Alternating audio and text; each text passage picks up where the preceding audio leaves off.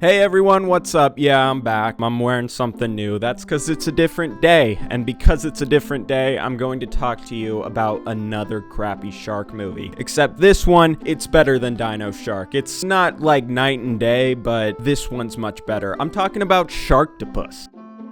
Releasing some 6 months after the success of Dino Shark, Sharktopus was another B-movie hit for the network. This movie stars Eric Roberts as Nathan Sands. He's been nominated for a couple of Golden Globes, I'm pretty sure, and even one Oscar. So this guy is legit. You are getting a step above anyone from Dino Shark, and we'll get into that later. Our movie kicks off with two blondes at the beach. They're going into the water when suddenly we just get a blatantly ripped off shot from the movie Jaws. You know how the first scene when the girl's skinny dipping, you can see Jaws underneath her? You get that same thing, except it's much worse done. I mean, obviously Spielberg is not gonna be tied to this project. They don't know subtlety at the Syfy channel. It's just not in their vocabulary. This robot fin is starting to approach this girl, and right before that shark is about to kill her, Sharktopus comes out of the water and kills that shark and f***s off. We see Sharktopus, he's got this tracker on him, and we can only surmise that maybe he's some sort of weapon, maybe he's being controlled by someone. This is confirmed to us later when we find out about Blue Water Company, which is head by Nathan Sands, played by Eric Roberts. Blue Water Company has made this super weapon for the Navy known as S-11. Now, Nathan Sands cares a lot about his job, and he cares a lot about S-11, and it's clear that the stress is getting to him because he's starting to break down. One of his daughters, Nicole, is a scientist. She tries to calm him down, and he's not really calming down, and you can kind of tell that their relationship is at a bit of a standstill, but we can kind of understand where Nathan is coming from. Not fully, just kind of, when we're introduced to the character Commander Cox, who is in charge of Nathan and the S-11 project, and let me tell you, this guy sucks. So Commander Cox calls in to ask Nathan, how is S-11 doing? To which Nathan says, yeah, it's going great. He just killed a shark, saved this girl. So to prove to Commander Cox that Sharktopus is doing just fine for Blue Water, they have Sharktopus track down this speedboat, which is controlled by two 65-year-old guys who look like they're just trying to enjoy retirement. They kind of swerve a little bit, have some fun, and it hits Sharktopus, taking out its collar, meaning that Blue Water can't control it anymore. Also, I don't know how this happens, but due to the collision with Sharktopus, the boat just explodes, like it goes off another 50 feet, blows up in this crappy CG, but soon enough, we get a pretty fun death. Sharktopus has made his way towards Long Beach, California, because we're at the Queen Mary, and we see two painter guys that are just working on the side of the boat. They're shooting the shit, they're having a good time, when all of a sudden, Sharktopus kind of shows his face from the water, takes a dude with his tentacle, and just pulls him in, and then we see Sharktopus wrap up this guy, and he like impales him or whatever. Again, these deaths are just way more entertaining than the ones in Dino Shark. So we get back to Blue Water, and everyone there is kind of freaking out about Sharktopus. They're still on the call with the commander, and the commander's like, you better find it before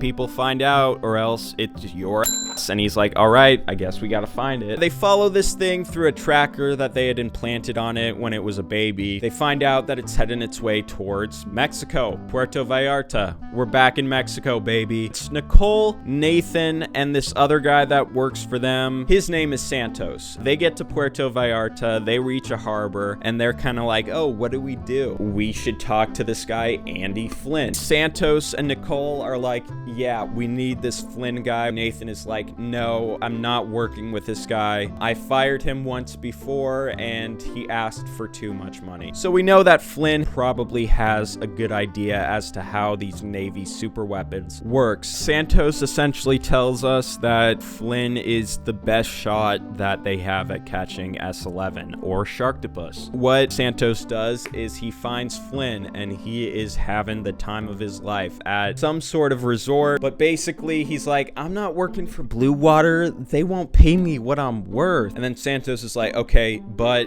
S-11 has gotten out, and then he's like, oh shit, S11? And he's like, yeah, dude, S11. And so Flint's like, I guess I gotta work for you guys. You know, it's gonna hit the fan when the chill dude is suddenly not chill. That's usually a sign of bad things to come. We get to the beach. There's this girl, and she is using one of those metal detector things. And there is this old dude that is just perving on her and eating an ice cream and just not really doing anything. Sharktopus comes out of the water. He ultimately drags her back out. The old dude just laughs at it and f***s off, and you don't see him again for the rest of the movie. What was the point of that? Santos brings back Flynn to the dock. Nicole and Nathan are there. What Flynn is asking for is 100 grand and 200 upon completion, to which Nathan's like, there's no f***ing way we're gonna give you that much money. Are you insane? F*** you, dude. You f***ing suck. Bro, you are funded by the government, the US Navy. You don't have a couple $100 grand to give this guy? 300 grand I feel like should be the least of your concerns right now. We also find out that Nathan does not want Sharktopus damaged whatsoever. He wants to tranquilize a f***ing Sharktopus, a Navy super weapon. What type of tranquilizers are you going to f***ing use to kill that thing? And everyone there is like, it's going to kill everything in sight until it falls asleep, which we don't know if it actually will. And then Nathan is like, I'm not letting this thing f***ing die. Figure it out. Get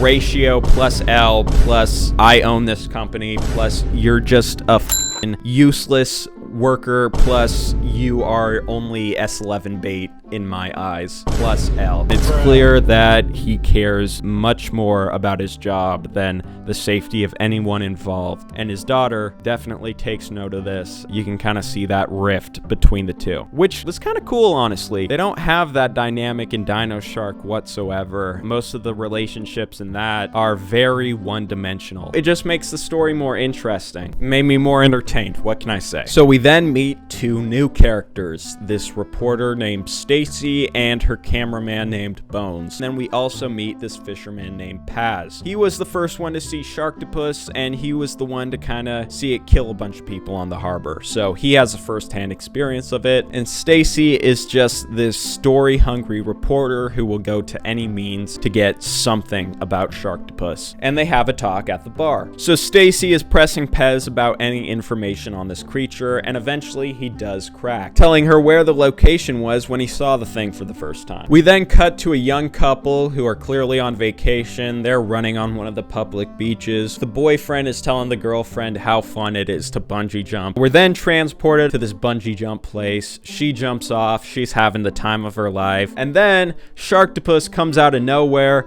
and snatches her mid bungee jump. And it's awesome. I liked it. It was a good death. It's one of the better deaths in the movie. Flynn and Santos, they're rocking up to the boat that Nicole's at, and she's kind of doing research. So yeah, Flynn tries to go up to Nicole and riz her up, and she's just not having it. She's like, dude, we're trying to kill a super weapon right now. Maybe now's not the time to get all hot and bothered with me. And he's like, all right, maybe later. Nicole, Flynn, and Santos are out at sea. They see Sharktopus, and Flynn wants to kill it. Pez has taken Stacy and Bones to the exact location where he first saw Sharktopus. Stacy starts getting kind of pissed off at Pez.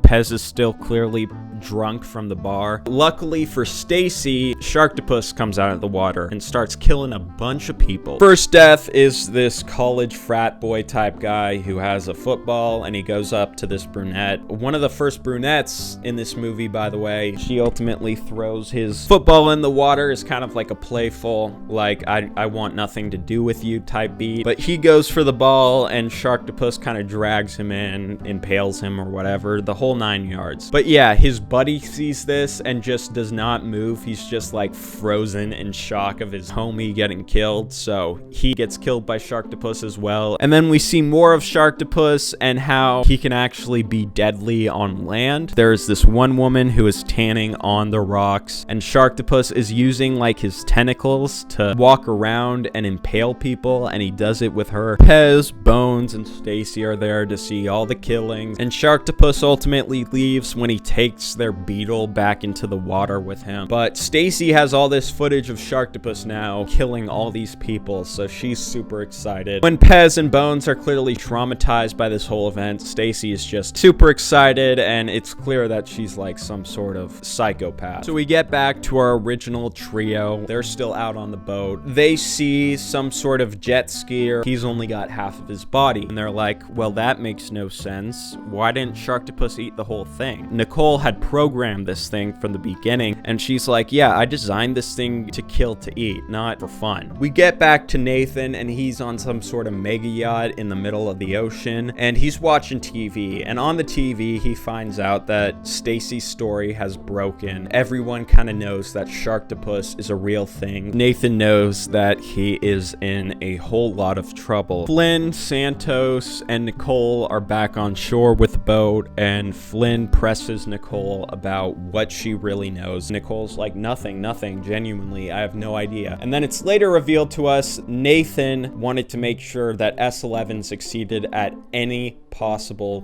cost. This is his baby. He does not want to see all his hard work just go down the drain. So we know that Nathan does not have the best interest of our protagonists in mind. Stacy gets a call from her network because she just has run the story. She thinks she's getting a promotion. They tell her that she is no longer a part of the story. It's not really explained why or for what reason. This has just pissed her off. However, she thinks she can redeem herself if she can get more concrete evidence that Sharktopus is a real thing, and Pez actually helps her with this. Due to Pez being such an experienced fisherman, he knows where Sharktopus is really doing most of the attacks. Stacy is like, yeah, we'll just take a boat out there. We're back on the water, this time with Flynn, Nicole, Santos, and a bunch of employees, I guess, for Blue Water Company. And they're out there basically to tranquilize Sharktopus. Good luck with that. But they know that Sharktopus is in these waters, so they have to kill it, and they all go into the water with tranquilizer guns. And it goes about as well as you would imagine. Everyone dies except for Flynn, because he has plot armor, and Nicole is to her dad like, stop this,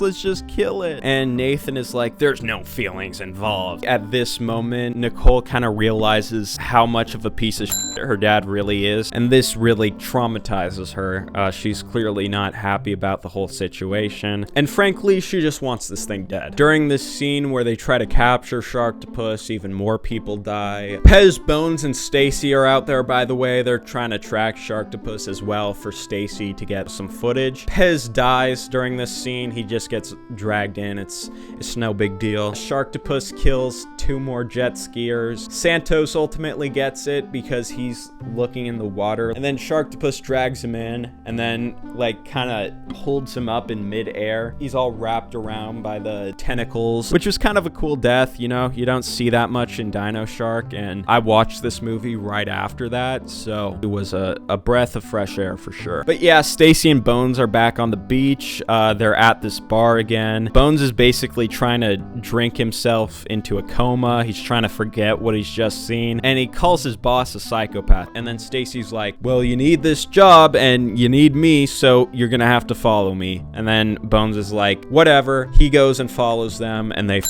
off. After Santos dies, Flynn is like, okay, yeah, I don't even care what Nathan has to say. This thing is dead. So we get back to the yacht. Sharktopus has killed some more people. Nathan is still drinking pretty heavily, and Commander Cox calls again, and he starts giving Nathan some absolute lip, just going in on this guy like nothing else. Nathan just is pissed off, and there's this really funny scene where he just like kind of rants, and he's clearly drunk. Nathan is like, now listen here, you asked for a super weapon and you're gonna get it. So what the f am I supposed to do? Nicole and Flynn are chasing this Sharktopus on their boat, and they realize it's headed to a resort. It's out at this outdoor theater, and it impales one of the performers. Nicole and Flynn get to this outdoor cafe, and they're like, attention everyone, can you please f took off, and everyone's like, yeah, whatever. And then Flynn takes out his assault rifle and starts shooting it in the middle of the air, which I feel like is the worst way to go about that. Hearing the gunfire, Nathan and some of his employees eventually catch up and confront Flynn and Nicole at this resort and basically hold them at gunpoint, saying, you can't go and kill this thing, it means way too much to us. When all of a sudden, Sharktopus comes out of the water and starts kind of attacking people. And unfortunately, he does slit the throat of Nathan, killing him there. As Nathan is dying, Nicole's like, Dad, are you alright? Dad, what's going on? And he's like, I love you, and dies. He probably had some regret, but he could have been a better dad for sure. R.I.P. King. Stacy and Bones get there because they just know Sharktopus is there for some reason. Sharktopus has gone to a completely different resort. They catch up with Flynn and Nicole and are like, can you please take us there? And they're just like, all right. So they get to this new resort and there's people on like zip lines. It looks like it's some good fun. When all of a sudden Sharktopus starts killing people. He takes a dude on a zip line out midair. He also kills a woman who jumps into the water. He's causing havoc and everyone's like, someone help me. Flynn is like, oh, my AR has no bullets. Hello, Earth to Flynn, dumb. You probably could have used those bullets back there that you wasted and, you know, freaked a bunch of people out. So Sharktopus gets up to this bar and starts killing a bunch of people at the resort. Nicole and Flynn, they're trying to kill this thing. They've got some grenades, but they don't have any actual bullets. During this, however, Bones tells Stacy off. He gets to the bar and he kills Bones off screen. Stacy shows up to the bar. He wraps her up, impales her. So this all happens. Everyone's dying. Flynn saves this young kid. The mom's like, thank you. And then it's revealed to them that they can actually kill Sharktopus if they can establish a link close enough with the tracking darts. Flynn's like, okay, I'll try to get as close as possible. And at this point, you just kind of want to see how Sharktopus is going to get it. Again, it's a Syfy Network movie. This does not need some intense analysis. So Finn gets close enough to Sharktopus to stick it with one of the trackers and tells Nicole, okay, you can engage the kill switch now. I got it done. But then Nicole is frantically trying to open up the computer, figure out what the password is. This is Nathan's computer. He knows the actual kill switch. This is his whole thing. But he's dead now, so she has to figure out what the password might be based on Nathan's personality, which is kind of a cool way to add some tension. It was a cheesy scene for sure, but I could see what they were going for, and I could appreciate it. Sharktopus is getting closer and closer to Flynn. Nicole ultimately puts in the nickname that Nathan had for her when she was a kid. She types that in, it goes through, she engages the kill switch, exploding Sharktopus and saving everyone else. And that's pretty much the movie for the most part. Flynn is like, oh, I hope that thing doesn't jump out at us again. And Nicole's like, that only happens in movies, silly. And then it ends. It ends. The movie ends. My final thoughts on this movie, I really liked it. I enjoyed watching it. I enjoyed making fun of it. I enjoyed laughing at the stupid deaths. It's way better than Dino Shark. The design of it was really f***ing stupid. It's just a T-Rex head on a shark body. At least Sharktopus is cool. And there's even a theme song for this movie. And it just adds to the whole campy vibe, and I can really appreciate it for what it is. Upon premiere, this movie had 2.5 million concurrent viewers. That's a lot for Syfy Network. So they were on the up and up. If I gave Dino Shark a 3 out of 10, I'd probably give this one a 6 out of 10 relative to other sci-fi campy movies. So yeah. Sharktopus, however, would only be the start for Syfy Channel because they would go on to create one franchise that did so well, was so culturally impactful that it spurned 4 other sequels. I'm talking to you, of course, about Sharknado.